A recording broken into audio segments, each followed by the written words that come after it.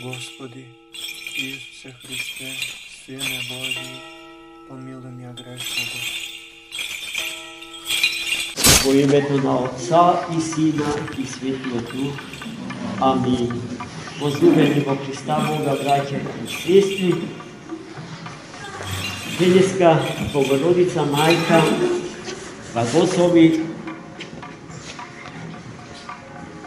трпезата Господня да ја подготвиме така што на неа заседна неброени браќа и сестри наши од разни краишта на православната Васелина, но особена радост ни донеса нашите браќа и сестри од Шумадиската епархија на Српската православна црква, предводени од своите чудесни пастири Александар и Иван. Со таа епархија раководи добриот и пожртвуван владика Јован, мој школски другар од студентските денови во Београд. И тоа ми носи особена радост и чест, морам да ви признам, поради што денеска тремата силно ме напаѓа и воопшто не сум во состојба да држам беседа. Јас го молев отец Александар и отец Иван да ме заменат, но тие не сака. Дошле и тие мене, бедниот, да ме слушат. Браќи и сестри, денешното Свето Евангелие, како и секое друго Евангелие, е натопено и искаено од спасителни мисли и зборови, кои што се однесуваат не само на главните јунаци од евангелското четиво, туку за толку повеќе, за толку подобро на сите нас, бидејќи секој од нас посебно со својот личен живот може да се најде себе си во евангелските собитија. Во денешното Свето Евангелие не станува збор за парабола, за приказка, туку за реален историски настап, во кој што Христос се среќава со една ранета мајка зарад тешката болест на незината ќерка.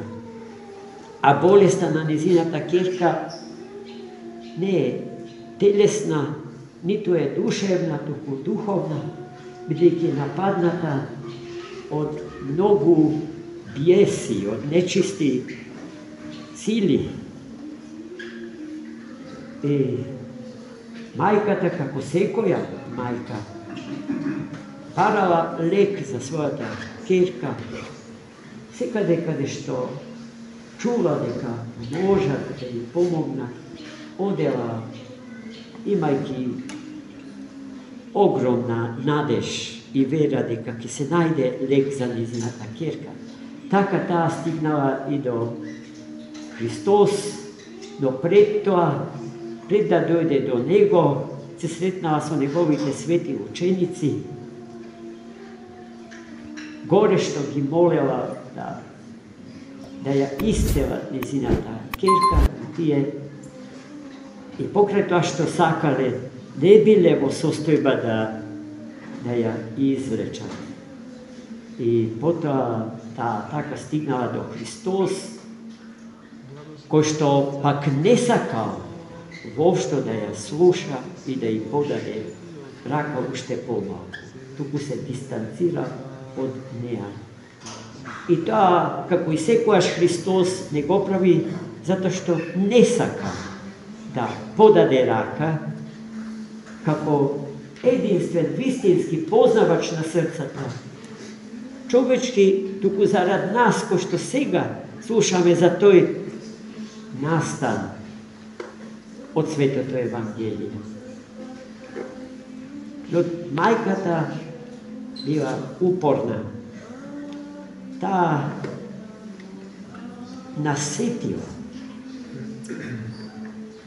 по силата на интуицијата дека тука е Господарот на животот, вистинскиот исцелител на сите болести човечки, но и лекот на заистина.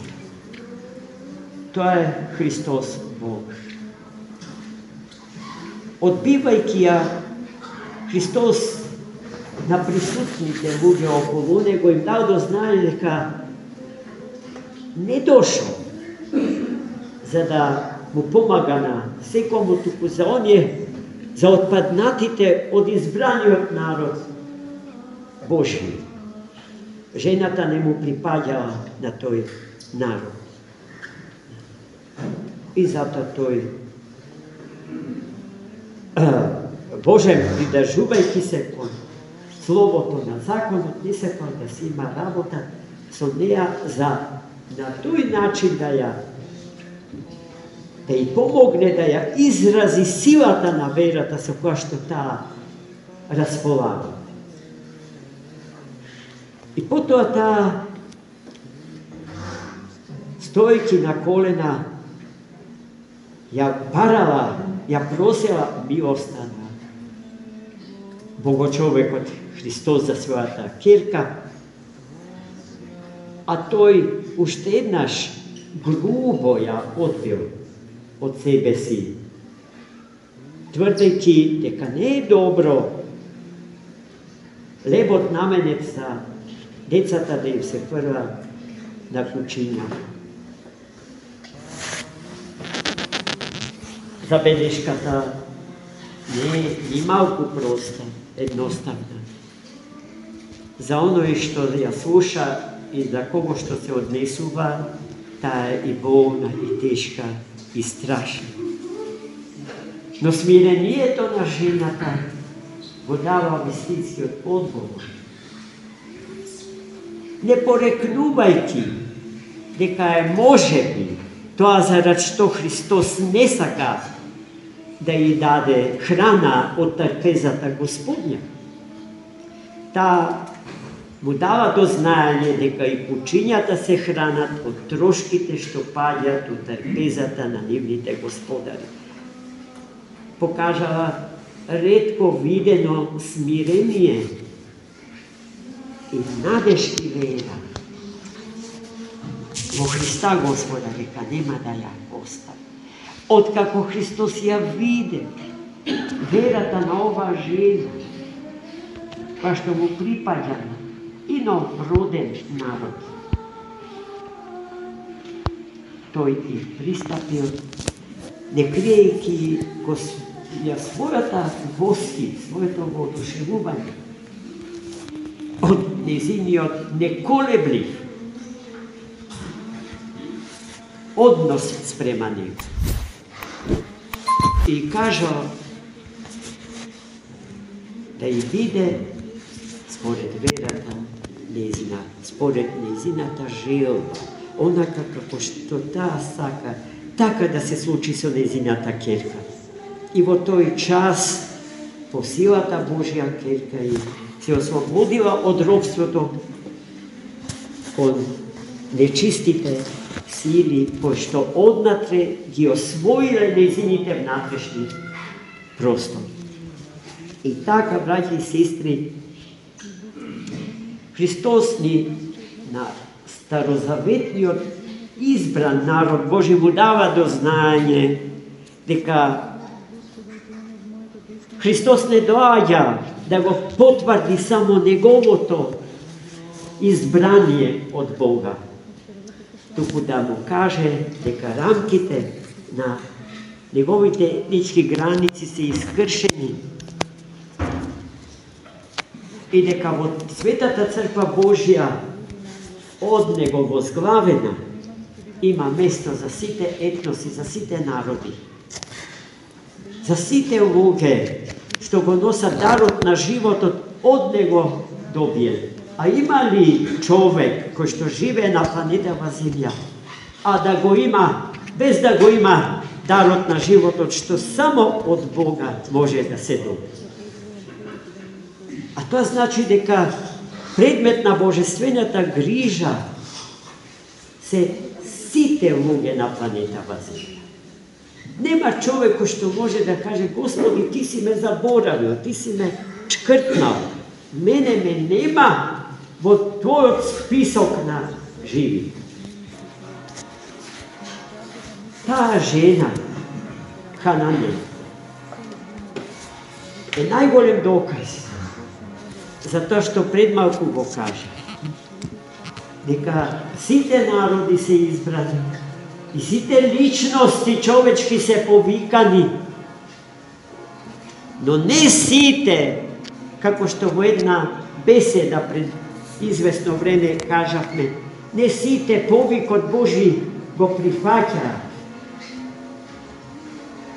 за да тргнат по него, без да им биде одземена свободата на личноста и без да бидат оставени без силата на сите сили, силата на љубовта што од Бога ги доаѓа.